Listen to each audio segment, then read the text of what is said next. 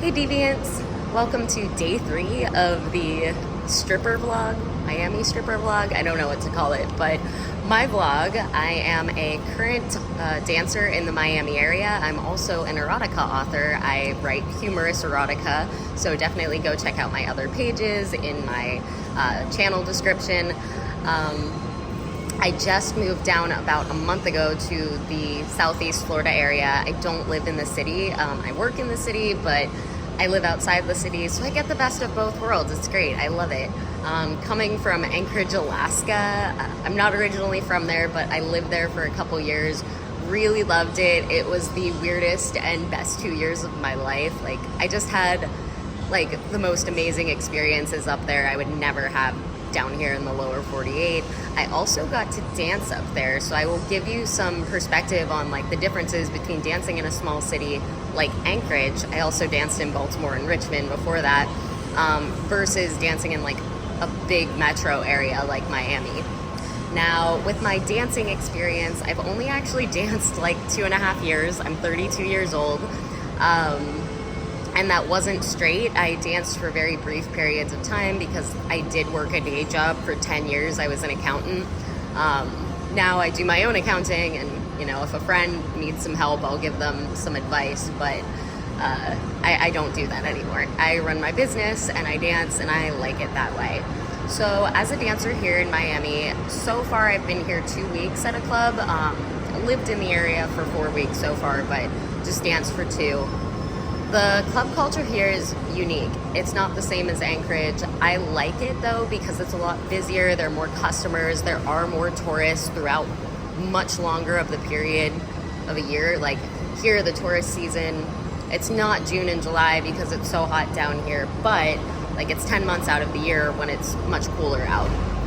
In Anchorage, the problem is the girls really only have 3 to 4 months maximum, because that's how long our tourist season is, to make most of their money, not all of it, but most of their money for the rest of the year, which is crazy. It's a lot of pressure when you have a much shorter period of time and you can't predict whether tourist seasons are going to be super busy or not.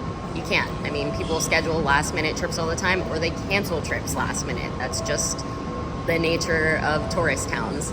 I would say that in Anchorage, unfortunately, myself and a few other girls included, we did have to work day jobs. If I did not work my day job along with working my dancer job, which was 80 hours a week in total, I wouldn't have made it. I wouldn't have made it work financially. I wouldn't have been able to move down to this area, down near Miami.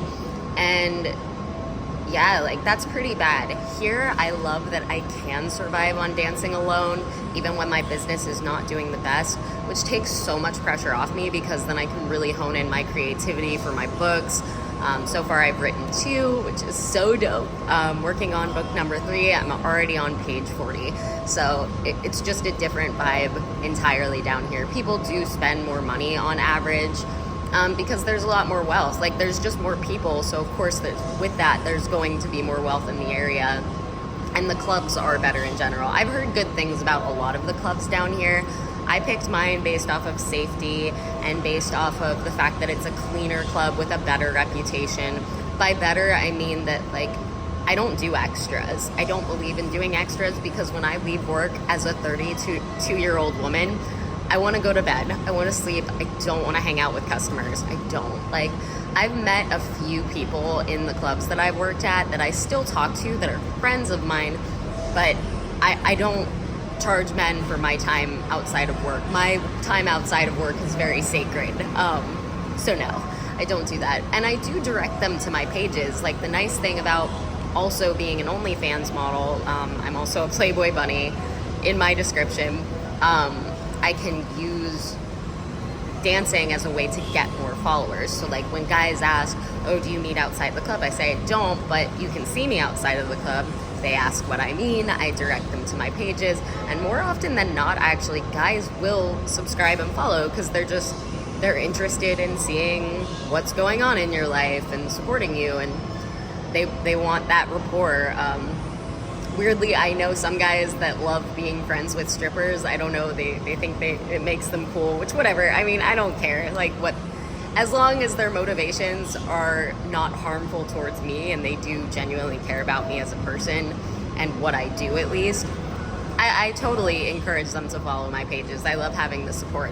So last night was pretty crazy. Talking about like my first big night in Miami. So I've been here about 2 weeks. Last night I made about $800, which felt so good. So like I work about 7 hours when I'm there, because really the first hour, like, actually I work about 6 hours. The first hour, not many guys come in. It's usually dead for the first hour, then picks up, especially on a weekend. Last night it got so crazy. We had like a bachelor party in, and there was only 3 dancers on the floor because they literally came, I think, right after we opened, a half an hour after we opened, and they spent. Like, they fucking spent. But at the same time, that's not every night. Like, yesterday was my first night where I made 0, and up until then, I was doing great. Like, I was on fire. I was doing pretty good. I wasn't making $1,000 a night. I will disclose that, and I do plan on disclosing, like, my shitty nights, my good nights, so you guys get an idea. In the past, in Baltimore, I was able to, like, net around $90,000 a year, so it can be lucrative. Anchorage and Richmond were not the same. Anchorage was probably around 50 to 60 a year, had I danced through the winter too, because my summer was pretty good, but that doesn't, you have to take into account what the rest of the year would be like if you stayed there. And it would not have been 90 grand, I can tell you that. It wouldn't have been close to 90 grand. Richmond was probably the worst city I danced in. Their rules are just ridiculous. They have you wear pasties, there isn't full nudity, it doesn't feel like a real strip club environment. It's not the same. There, I made about 45 grand a year. And again, I mean, I'm only working 3 to 4 days a week at these clubs, but still, it's like, you know, we're putting ourselves at risk in every club situation we go to. You don't know if guys are gonna come in on drugs or if they're gonna come in super drunk. And the problem is, people are unpredictable. So, yes, we can get paid a lot of money, but in all due respect, we are also taking a huge risk every single night we go to work. And even in the best of clubs, it is the bouncer's responsibility to protect us, but there might only be 4 to 5 dancers for a crowd of 50 to 100 people. So you can't always control that. If there's less people in the club, usually they're much stricter, rightfully so, they can be.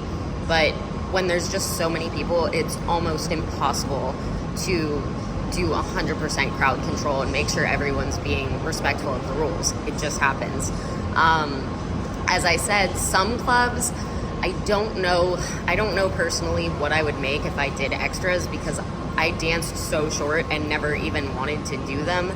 But I have heard that the girls that do extra make about 150 to 200 grand a year. Now, that's in this area alone. I don't know what it would be like in New York City, LA, or any other city. So that's just based off of the few places I know with dancers that do extras. They pull about 150 a year. My aim is to just make sure I'm, like, financially independent. I just never want to be working 80-hour weeks again. I would rather be working 3 to 4 and then focusing on my business the rest of the time. But so far, so good. This is a great city to dance. I wouldn't say I'm not without risk, but I don't feel like the risk here is as bad as people say. Like, people often talk about, oh, like, the risk of, you know, someone in the club assaulting you. Like, it can happen, but luckily my club at least has cameras everywhere, has microphones everywhere. So, like, if we are feeling some kind of way or feeling shady, we have the right to walk out on customers. And I do. Like, if a customer is disrespectful of the rules, I don't want to lose my job, so I just leave the room, and we're allowed to do that and still keep the money. Like, just because we're dancers doesn't give people permission to behave violently, break rules, or break laws. We are people too. As for, like, how I feel about the girls, they're really talented here. It's a lot more floor dancing, so totally different technique than pole dancing. A lot of the poles are static, which that was crazy to me because I'm so used to a spinning pole up at my club in Anchorage, and I'm very used to all the girls doing both pole dancing and floor work. that was just interesting to me. There are a few strong pole dancers and like girls that can do very acrobatic shit on stage, but it's not as much as in Anchorage, where it's like you really have to know how to do that stuff because the clubs are no touches, so lap dances aren't always the big sell. Like a lot of the girls up there do better on stage. A lot of the girls down here do better getting lap dances. So I hope that answered a bunch of your questions so far about my experience dancing in Miami. I do plan on continually updating you guys, giving you reports on like how I'm feeling, what I'm earning, you know, if I have a good night, if I have a shitty night. But yeah, you guys will be kept all up to date on the good customers, the bad customers. So far, I've been super lucky. I've had a lot of great customers, and I hope to keep it that way. But you guys have an awesome Sunday, and I'm so glad I could share my experience with you.